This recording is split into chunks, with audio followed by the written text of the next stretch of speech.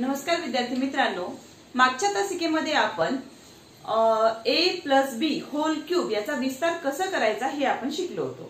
In the last lecture we discussed how to expand a plus b whole cube. In today's session we are going to discuss how to expand a minus b whole cube. आजच्या विस्तार सूत्रे या पाठामध्ये आपण a minus b कंसाचा घन याचा विस्तार कसा करायचा हे आज आपण बघणार आहोत. तर चला मग सर्वांनी काय करायचं आहे, आपली मॅथ्सची क्लासवर्क नोटबुक घ्यायची आहे, बुक घ्यायचा आहे आणि आजचा जो पॉइंट आहे तो आपल्या वहीमध्ये लिहायला सुरुवात करायची आहे. ठीक आहे. Write the title expansion formulae म्हणजे विस्तार सूत्रे. Expansion of a minus b whole cube म्हणजे काय की a मायनस b चा घन याचा आपल्याला काय करायचा आहे, विस्तार करायचा आहे. ठीक आहे. आता मला सांगा, एखाद्या संख्येचा घन आपण असेल तर ती संख्या गुणाकाराच्या रूपात किती वेळेस लिहित असतो. घन म्हणजे काय तर घातांक किती असणार आहे, 3 असणार आहे. उदाहरणार्थ 7चा घन किंवा 7चा घातांक 3 7 क्यूब असं असेल तर त्याचं मल्टिप्लिकेशन फॉर्म कसं लिहिणार आपण, कसं लिहिणार 7 into 7 into 7 म्हणजे जो काही अंक आहे, जो काही ब्रॅकेट दिलेला आहे तो किती वेळेस लिहायचा आपल्याला, 3 वेळेस लिहायचा आहे. आता आपल्याला इथं काय दिलेलं आहे, a minus b whole cube म्हणजे जे कंसामधील घटक आहे हे गुणाकाराच्या रूपात आपल्याला किती वेळेस लिहायचे आहे, 3 वेळेस लिहायचे आहे.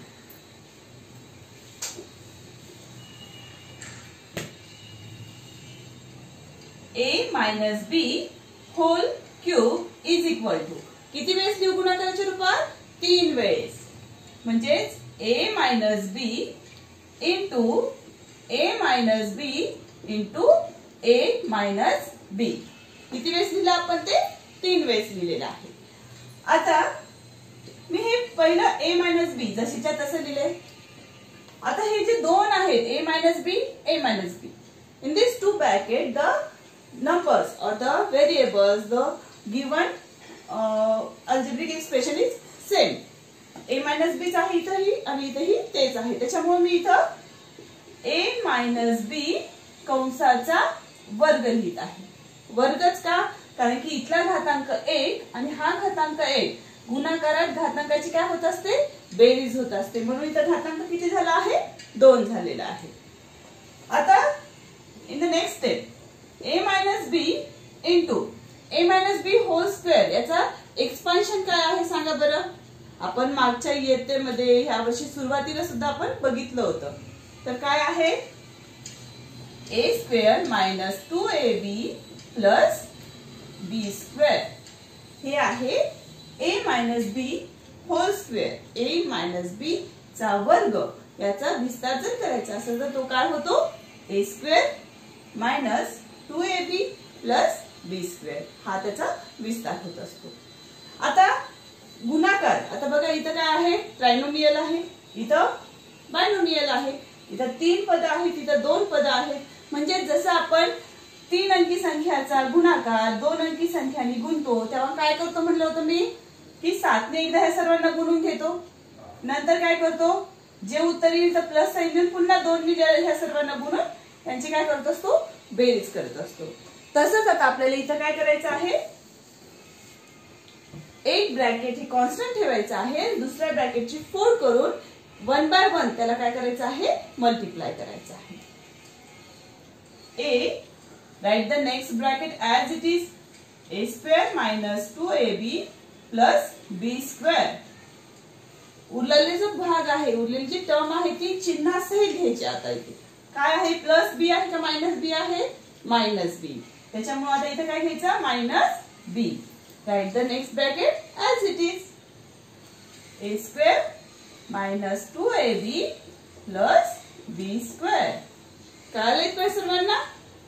आता चला तर मग ह्याचा गुणाकार करूया. आता a स्क्वेअर, इथं a स्क्वेअर आहे आणि इथं a आहे, गुणाकार करतोय आणि आपल्याला घातांकाचे नियम आपल्या सर्वांनाच माहिती आहे. गुणाकारात घातांकाची काय होते, बेरीज होते. त्याच्यामुळे इथं घातांक काहीच नाही म्हणजे काय असतो, 1. म्हणून इथं काय होणार घातांक a चा? इथं 1 आहे, इथं 2 आहे, म्हणजे a cube minus 2 a into a square b plus a into b square a b square minus b into a square. आता a स्क्वेअर मी आधी लिहिलं नंतर लिहिलं तरी सुद्धा चालतं.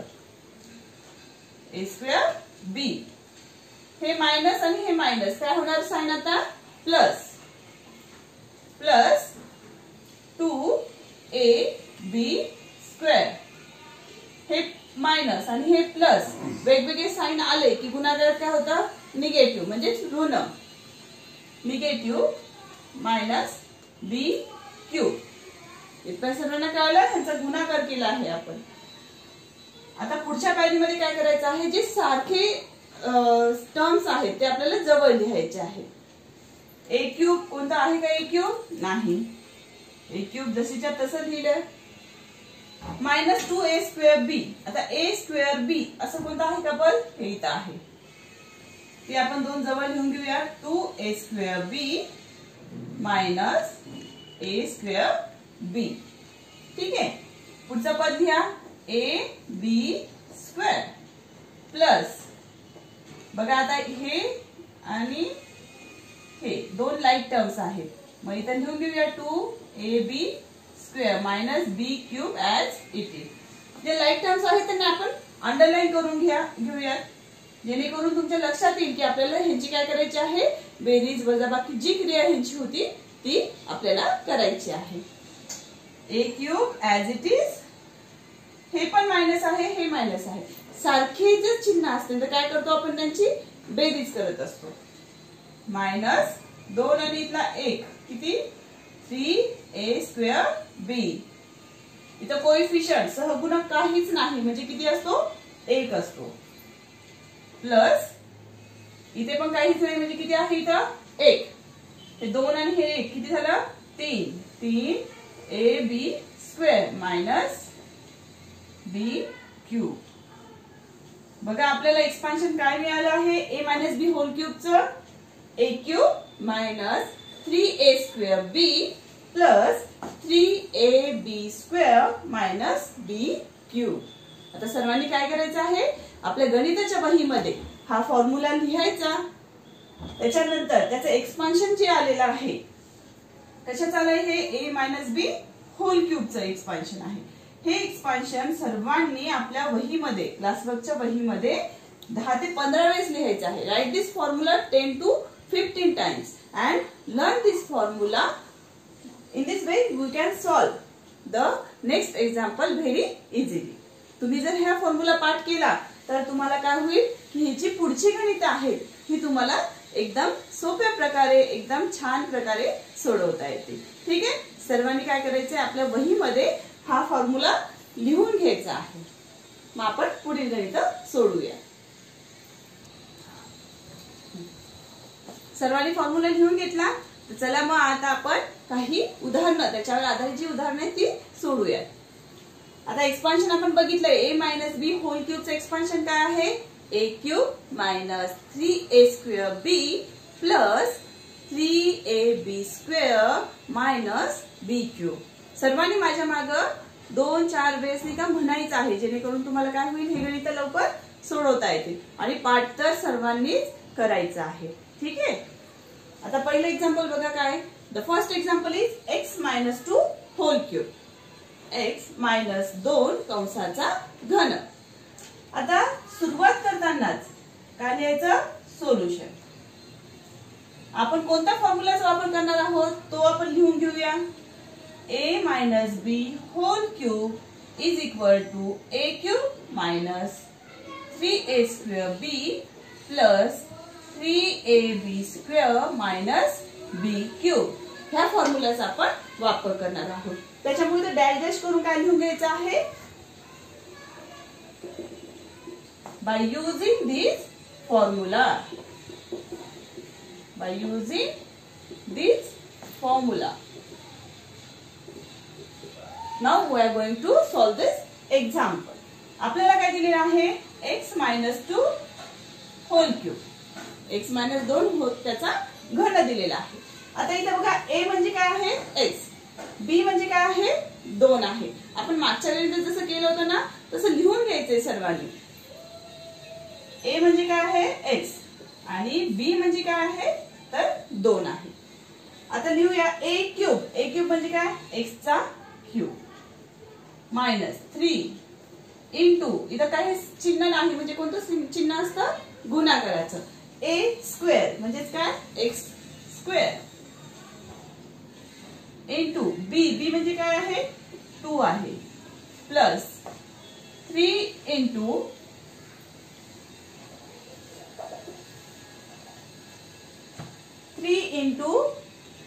ए, ए म्हणजे काय आहे 2 सॉरी ए म्हणजे एक्स आहे एक्स इंटू बी स्क्वेअर, बी म्हणजे 2 चा वर्ग मायनस बी क्यूब म्हणजे 2 चा घन. काय केलंय फक्त आपण जो फॉर्म्युला आहे त्याच्यामध्ये आपण फक्त काय केलेलं आहे किमती ठेवलेल्या आहेत. ही स्टेप सर्वांना चांगल्या प्रकारे सोडवता आली की खालचं गणित काय आहे खूपच सोपं आहे. आता बघा x cube as it is येणार आहे minus 3x square 2 3x square 2. आता 2 जे आहे तर संख्यांचा गुणाकार करून घ्यायचा आहे बघा. 3 इंटू 2 किती होणार 3 2 जा 6 म्हणून मी इथे काय येणार मग 6x स्क्वेअर येणार. कळालं काय बदल झाला 3 आणि 2 चा गुणाकार केला की इथे काय होणार 6x स्क्वेअर प्लस पुन्हा बघा आता इथं 2 चा वर्ग आहे म्हणजे 2 चा वर्ग किती आहे 2 2 जा 4 आणि 4 आणि 3 चा गुणाकार करावा लागेल आपल्याला. 4 1 जा 4 4 2 जा 8 4 3 जा 12 4 1 4 4 2 8 4 3 12 12x मायनस इथं काय आहे 2 चा क्यूब म्हणजेच 2 चा घन. 2 चा घन म्हणलं की 2 गुणिले 2 गुणिले 2 होणार. 2 दुनी 4 4 दुनी 8 मायनस 8. आता इथं कोणती क्रिया होऊ शकते का नाही म्हणजे आपलं उत्तर इथं काय झालं आहे संपलेलं आहे आणि हेच फायनल उत्तर आहे महत्वाचं. त्याच्यामुळे ह्याला काय करणार आपण बॉक्स मध्ये ठेवून देणार जेणेकरून आपल्याला ते गणित मेन जे चेक करणार आहे त्यांना ते उत्तर लक्षात येणार. पुढचं गणित बघा 4 मायनस पी होल क्यूब. आता 4 मायनस पी होल क्यूब ह्याचं पण सुरुवात कशी करणार सोल्युशन लिहिणार. सोल्युशन म्हणजे समीकरणाची उकल शोधणार आहोत आपण. फॉर्म्युला कोणता वापरणार आहे मायनस आहे इथे म्हणून A minus B whole cube ह्या फॉर्म्युलाचा वापर करणार आहे. काय फॉर्म्युला आपला A cube minus 3a square B plus 3ab square plus plus आहे का मायनस आहे मायनस आहे ना लक्ष सर्वांचं मायनस बी क्यूब. आता याच्यामध्ये ए आणि बी काय आहे सांगा मला. ए इज इक्वल टू 4 आहे आणि बी इज इक्वल टू काय आहे पी. ए म्हणजे 4 बी म्हणजे पी आहे. आता हे काय करायचंय आपल्याला ह्या फॉर्म्युल्यामध्ये ह्या किमती टाकायच्या आहेत. 4 क्यूब होणार मायनस 3 इंटू ए स्क्वेअर म्हणजे काय 4 स्क्वेअर इंटू बी म्हणजे काय असणार आहे पी प्लस 3 इंटू ए म्हणजे काय आहे 4 बी म्हणजे पी मग काय नाही P square minus P cube. ठीक आहे पुढे आता 4 चा घन 4 चौक 16 16 चौक 64 64 मायनस 4 चा वर्ग किती 16 16 का गुणिले 3 16 का 16 16 दुनी 32 16 48 48 पी प्लस आता इथे अंकांचा गुणाकार करा 4 गुणिले 3 4 3 12 12 गुणिले P square minus P cube. हे झालं आपलं फायनल आन्सर. फायनल आन्सर आलंय म्हणल्यावर काय करायचं त्याला बॉक्स करायला विसरायचं नाही. ठीक आहे कळालं सर्वांना हे. आता सर्वांनी वहीमध्ये काय करायचं आहे हे 2 गणित सोडून घ्यायचे आहे. तसंच सर्वांना आजचा अभ्यास काय आहे तर प्रॅक्टिस सेट 5.3 ही सर्वांनी सॉल्व्ह करायची आहे. त्यातील ज्या अडचणी आहेत त्या आपण पुन्हा सोडूया. इथे एक गणित मी तुमच्यासाठी लिहून ठेवलेलं आहे. सर्वांनी हे गणित सोडून बघायचं आहे. जे आज आपण गणित अभ्यासली आहेत ते गणित एक वेळेस आपण व्हिडिओ बघून लिहून घ्यायचे आहेत, नंतर न बघता वहीमध्ये सोडून बघायचे आहेत आणि पुढच्या तासिकेमध्ये आपण तुम्हाला येणाऱ्या ज्या अडचणी आहेत ह्या प्रॅक्टिस सेट संबंधित ते आपण सोडूया. ठीक आहे. Till then bye.